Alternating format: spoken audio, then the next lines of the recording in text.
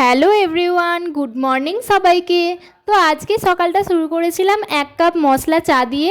আর এই চাটা আমার একটু লেবু দিয়ে খেতে ভালো লাগে, তাই একটু লেবু বেশি করে দিয়ে দিয়েছিলাম। আর চায়ের সাথে নিয়েছিলাম 4টে টোস্ট। তো এটা খেয়ে আমি তারপর রঙ্গোলি দিয়েছিলাম একটা ফোন থেকে দেখেই।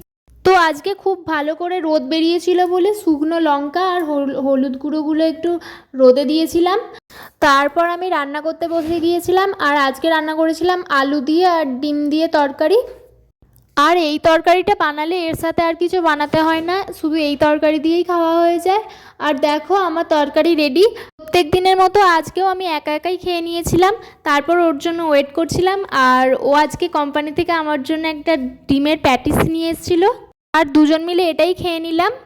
আর বিকালবেলা আমি ওকে একটু ফল কেটে দিয়েছিলাম।